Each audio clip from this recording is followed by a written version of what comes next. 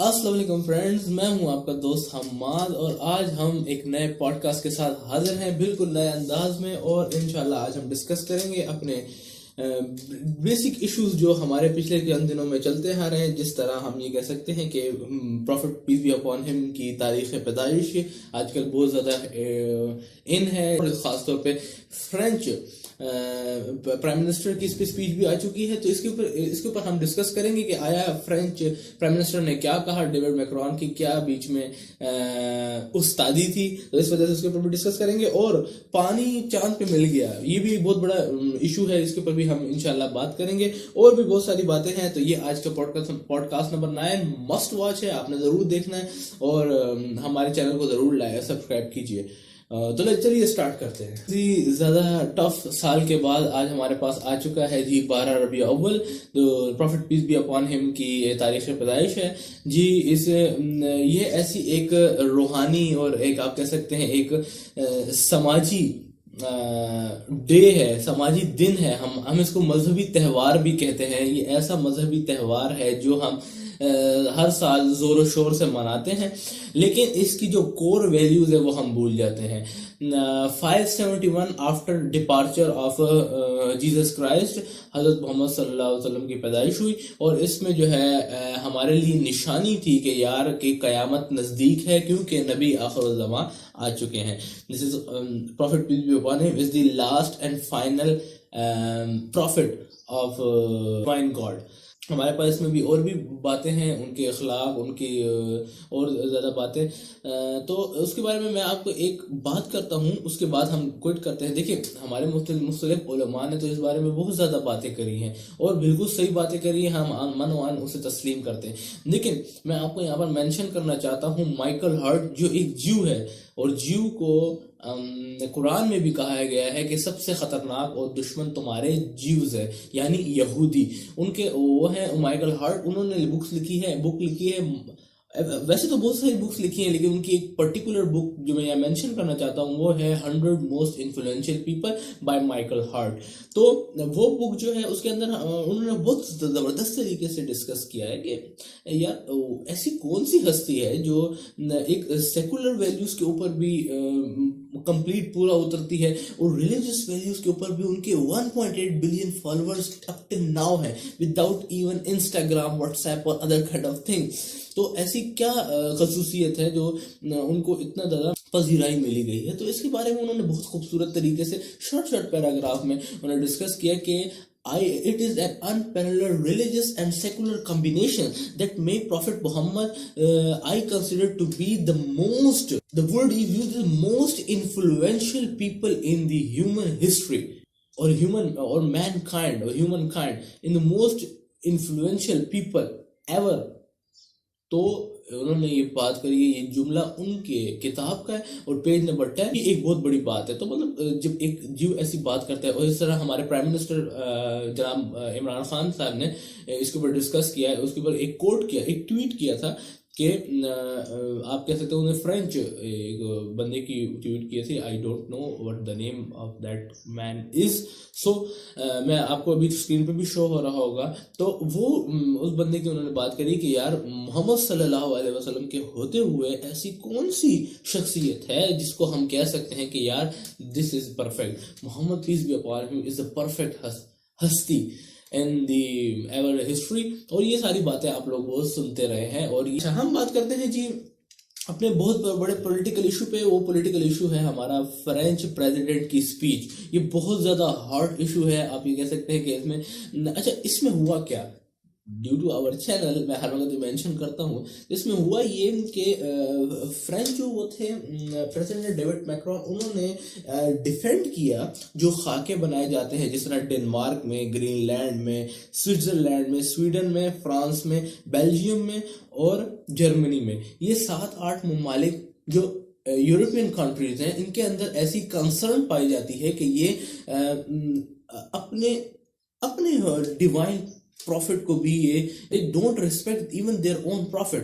So this is very crucial and very horrible for the humankind or even a Catholic church that they ये मैं ये consider करता हूँ कि after प्रोटेस्टेंटिटी जो मजहब का तस्वर था वो यकसर तब्दील हो गया, यानी ये कि कैथोलिज्म में मजहब एक माँ के तौर पे जाना जाता है। मतलब यार आपके पादरी जो है, मॉक है, वो एक बाप की हैसियत रखते हैं। लेकिन जब प्रोटेस्टेनिटी आई कि हम खुद मजहब पढ़ सकते हैं, खुद मजहब को इंटरप्रेट कर सकते हैं, तो इसके ऊपर बहुत ज़्यादा शुबात हुए। इस तरह मैं आपको यहाँ पर भी, ये एक हार्ड टॉक हो जाएगी लेकिन इस पर ज़रूर डिस्कस करना बनता है कि आपकी जो पोर्नोग्राफी इंडस्ट्री है उसके अंदर भी प्रोटेस्टेंट का बहुत ज़्यादा किरदार है, एक कलीदी किरदार है। आपने ज़रूर देखा होगा कि नन्स और मॉक्स के दरमियान जो सेक्सुअल इंटरकोर्स के रिलेशंस और दिखाए जाते हैं बाकायदा जो हमारी एडल्ट वेबसाइट्स पे, तो इसके ऊपर भी ये भी एक उस तरफ निशाना होता है कि यार ये एक किस्म की टारगेट करते हैं कैथोलिज्म को। तो ये तो इनका आपस का मसला है, लेकिन ये मसला इन्होंने इस्लाम के साथ भी मिला दिया। चीज आए कि despite of all these things के पाकिस्तान मुसलमानों में काफ़ी ज़्यादा तफरक़ात हैं, फ़िरके हैं, अहले तशय्युई है, सुन्नत है, देवबंदी है, बरेलवी है, पता नहीं क्या क्या, लेकिन ये सारे एक पॉइंट पे मुत्तहिद हैं। वो पॉइंट है prophet peace be upon him. तो अगर आप उनको बुरा कहेंगे तो मुसलमान चाहे कितने भी फ़िरकों में बटे हुए हों, they must unite for the sake of prophet Mohammad सल्लल्लाहु अलैहि वसल्लम। सो आप अगर ये कंसिडर करते हैं कि यार हम प्रॉफिट मोहम्मद सल्लल्लाहु अलैहि वसल्लम के नाउज़ुबिल्ला कार्टून्स बनाएंगे और ये करेंगे और वो करेंगे, this is very dangerous. Muslim country have the ability to fire an atomic bomb और nuclear war against you, so it is very dangerous. We don't fucking care about yourself that you are a G7 country or French product or other kind of thing. So what? We can sacrifice our life for the sake of Prophet peace be upon him, for the respect of Prophet, for the honor of Prophet peace be upon him. You cannot respect your own prophet or apostle, but we can respect our prophet. And as the Quran mentioned in Surah Hujurat, don't raise your voice in front of Prophet peace be upon him. So ये क्या है? ये चीज़ ही show कर रहा है ना कि ये हमारे मजहब का हिस्सा है। तो अगर आप ऐसी हरकतें करेंगे तो ये यूनाइटेड नेशंस की भी खिलाफ वर्जी है, यूनाइटेड नेशंस की जो चार्टर्स हैं उनकी भी खिलाफ वर्जी है, और ये आगे भी और भी चीज़ों की खिलाफ वर्जी होगी। तो इस किस्म की वाक़यात की मजम्मत करनी चाहिए। और लेकिन अभी कल एक धरना हुआ, उसके ऊपर बात ये कि इस्लामाबाद में एक धरना हुआ, तो क्या आपने नुकसान किसका किया? नुकसान आपने किया अपनी आवाम का, अपने पाकिस्तान के पैसे का। तो यार आप नुकसान इन अ सेंस आप नुकसान करना चाहते हैं ना, you can boycott the French products, it is your own right. कुछ लोग ये भी बातें कर रहे हैं कि the French revolution is far more better than the Prophet peace be upon him brought that revolution in Arabian Peninsula. So this is such a disgusting thing. French Revolution is totally failed. French Revolution is for the sake of democracy, for the sake of people, government of the people, by the people, on the people. In the Arabian Peninsula, the revolution that Prophet peace be upon him brought is the Khilafat, or the rule of God, not rule of people. So you can see in the past that I have a book, French history of French Revolution, that after the revolution, the revolution is led by the George Washington, who is the I think so most superior leader or prestigious leader of United States of America. So कहते हैं कि Bastille के किले की जो चाबियां थी वो जॉर्ज वाशिंगटन को दी गई थी जब फ्रेंच रिवोल्यूशनिस्ट ने जब बेस्टाइल के किले को तबाह किया था। तो मतलब जो इनकलाब कोई और चलाएगा, जिस इनकलाब की हवा कोई दूसरा बंदा देगा, because American are very keen to take revenge from their bitter enemy French. So उन्होंने उनसे बदला लिया और that's it. This is not, तो आप prophet peace be upon him के रेवोल्यूशन को इनके साथ मिलाएंगे, फ्रेंच रेवोल्यूशन के साथ। दिस इज इससे बड़ी जाहिलियत क्या होगी कि आप इस किस्म की हरकतें करेंगे। सो डेविड मैक्रॉन को चाहिए अपनी ज़बान को कंट्रोल करें। लेकिन despite of all this being I am sitting here in front of a social media because I have my own voice. So अगर यहाँ पर डिस्कस किया जाए तो डेविड मैक्रॉन ने कोई सिवाय एक बात के कि खाके नाउज़ुबिल्लाह बनाने चाहिए, ये बात के डिस्पाइट ऑफ दिस थिंग उन्होंने कोई ऐसी बात नहीं करी जिस पे क्रिटिसाइज किया जाए। अब ये मैं ये कहूँ कि यार आप डिफेंड करें, नो, मैंने आपको अपनी राय दे दी स्टार्ट में।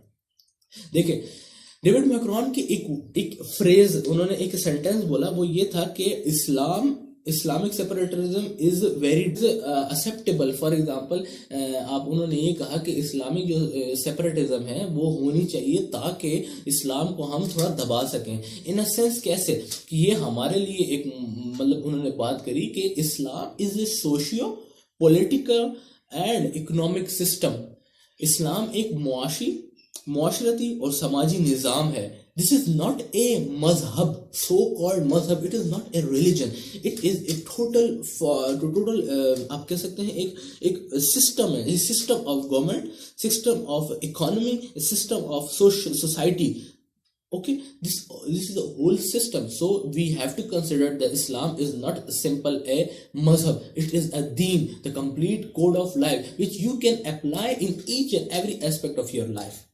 So तो मैं आपसे ये कहना चाहता हूँ कि उन्होंने बात एक किस्म की सही करी, क्योंकि इस्लाम से सबसे ज़्यादा हमको ख़तरा है, क्योंकि इस्लाम एक समाजी, एक मुआशी और एक आप कह सकते हैं सियासी निज़ाम है, बुरा लेके चलता है। आपका सियासी निज़ाम में अगर आप बात करते हैं, खिलाफत इज़ योर बेस्ट एग्जांपल। आपका सियासी निज़ाम, आपकी जो अगर आप मुआशी निज़ाम में सूद से पाक निज़ाम, ज़कात का एक कंप्लीट निज़ाम, एक the distribution of wealth from the wealthy to the needy people, कितना ज़बरदस्त निज़ाम है ज़कात का कि आप इससे यार एक तो आप एक डिवाइन इंटरेक्शन है आपकी गॉड के साथ, और दूसरी बात ये कि आप जो है वो दूसरों की मदद भी कर सकते हैं। यार जिस मजहब में that even a planting a tree is a sadqa jariya, so how can you say that Islam is a religion of terror? अब आप यहाँ पर एक बुक देख रहे होंगे, ये बुक आपको पता है मैंने क्यों रखी है, ये जेसन ब्रूक की बुक है al Qaeda.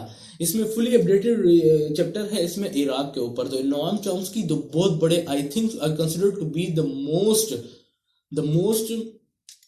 reliable and most prestigious intellectual ever lived in America is Noam Chomsky। 6 ऐसी चीजें हैं जो हमारी मुस्लिम उम्मा को, इनको बिन लादेन के मुताबिक मुस्लिम उम्मा को नुकसान पहुंचाने के लिए इस्तेमाल की गई है। उसके बारे में एक अलग वीडियो है, वो आपको मैं अभी नहीं बताऊंगा। ओके, हम बात करते हैं वाटर ऑन मून। अच्छा, चांद पे पानी। अच्छा, इसकी क्या साइंस है यार? देखें, अकॉर्डिंग टू साइंटिफिक डिस्कवरीज और scientific innovation, we can measure that we have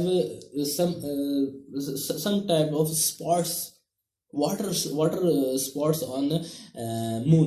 तो अभी इसका क्या सीन है? देखें, चांद पे जो हमें जो इमेजिंग है, मतलब हमारे गामा रे टेलीस्कोप है, हमारा हबल टेलीस्कोप है, due to the clarity of a picture, तो ये telescope are enable to picture that kind of things on present on moon. अच्छा, तो चांद पे पानी है, ठीक है, चांद पे अगर पानी है तो लाइफ भी होगी ऑब्वियसली। तो अब ये कह रहे हैं कि यार पानी जो है वो चांद पे हमें नजर आया है, लेकिन कुछ किस्म की मतलब फॉर्म में, लेकिन लाइफ के कोई आसार नहीं है। तो देखें, आप चांद पे जाके देख लें, दैट्स इट। चांद यार कितना बड़ा होगा, ज़्यादा से ज़्यादा आप चांद पे जाके नहीं देख सकते। एलन मस्क जो है वो तुर्की को कह रहे हैं कि you should found a Ottoman empire again. तो वो ऑटोमन एम्पायर की इतनी फिक्र ना करें, चांद पे स्पेस एक्स को ले जाएं, it's not a big deal. तो लेकिन मैं आपको वसूख से कहता हूँ कि ना इंसान पहले चांद पे गया था और ना अब फिर जा पाएगा, ठीक है। शायद आगे दिनों में जा सके, लेकिन 10-20 सालों में तो आई डोंट थिंक दैट इंसान चांद पे कदम रख सकता है। क्यों? क्योंकि इसकी एक डिफरेंट वजह है। देखें, आप अगर चांद पे आप गए 1960s में, तो आप दोबारा क्यों नहीं गए? This is the big question. आप दोबारा जाना चाहिए था यार। एक अमेरिका ने ट्राई किया है यार, सऊदी अरेबिया को ट्राई करना चाहिए था यार। चंद्रयान चला जाता, चांद पे किसी बंदे को कदम रखने की इजाजत मिल जाती। I consider to be just a drama created by the United States to put down Russia in front of the whole world. Or Russia, not USSR. Okay, तो चांद पे पानी हो सकता है, ठीक है, हो सकता है, लेकिन अभी इसका कोई क्लियर कट प्रूफ नहीं है। प्रूफ इन अ सेंस ये कि हमने टाइटन जो है उस पे पानी है, उस पे लाइफ है, टाइटन पे ये है, टाइटन पे वो है, वीनस पे पानी के आसार हैं, और मार्स पे पानी लाइफ के आसार हैं। तो ये सब चीज़ें चलती रहती हैं एस्ट्रोनॉमी में, ख़ास तौर पे एस्ट्रोबायोलॉजी में, क्योंकि वो ये चाहते हैं कि मतलब लोग इंटरेक्ट करते रहे एस्ट्रोनॉमर्स के साथ और ये और वो इस किस्म की चीज़ें। But I think that philosophy is the mother of science. You should mention three things: philosophy, literature, and your mathematics. The mathematics is in the universe. So if you master in understanding, or even a small kid can understand that 1 2 means to say the geometrical figures exist in the whole universe. So this is very good for us to manipulate different problems in our daily life or in our space missions. Okay. Now then, अब तीसरी last हम बात करते हैं चौथे number पे, वो कोविड-19 की सेकंड वेव। जी, पाकिस्तान में कोविड-19 आप देख रहे हैं, मैंने मतलब बाल भी सेट कराए हैं थोड़े, मतलब गंजी स्वैग, जुनेद अकरम को मैं नहीं बोल रहा, थोड़ा तो क्या नाम है, इसके लिए एक मुख्तलिफ मतलब मेरा असल में थोड़ा इशू है, इस वजह से मैंने बाल अपने करवा दिए। तो इस वजह से मैंने ये रुमाल पहना है। I am not a sometime किसी कोई ख़तरनाक लोगों की तरह लग रहा है, लेकिन ऐसी कोई बात नहीं है। I am professional engineering student, not engineer. एक ये बड़ी बड़ी बात होती है कि लोग अक्सर में कहते हैं कि इंजीनियर जो है ना, वो बनता भी इंजीनियर बनता नहीं है, लेकिन पहले से अपने आप को इंजीनियर कहने लग जाता है। ये एक बहुत बड़ी मिसकंसेप्शन है, देखिए, और मुझे फील हो रही है।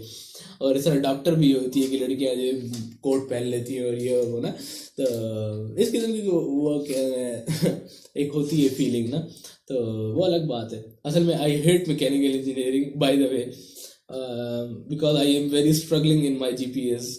ओके, कोविड-19 की सेकंड वेव आ रही है जी। कोविड-19 की सेकंड वेव सर्दी की वजह से आ रही है, ये पुराना बहाना है। कोविड-19 की सेकंड वेव, यार कोविड-19 की सेकंड वेव इसलिए आ रही है ना कि सारी दुनिया में आई है, ठीक है ना, तो पाकिस्तान कैसे बच सकता है? अभी आज कल जो है आपका 1078 केसेस रिपोर्ट हुए हैं।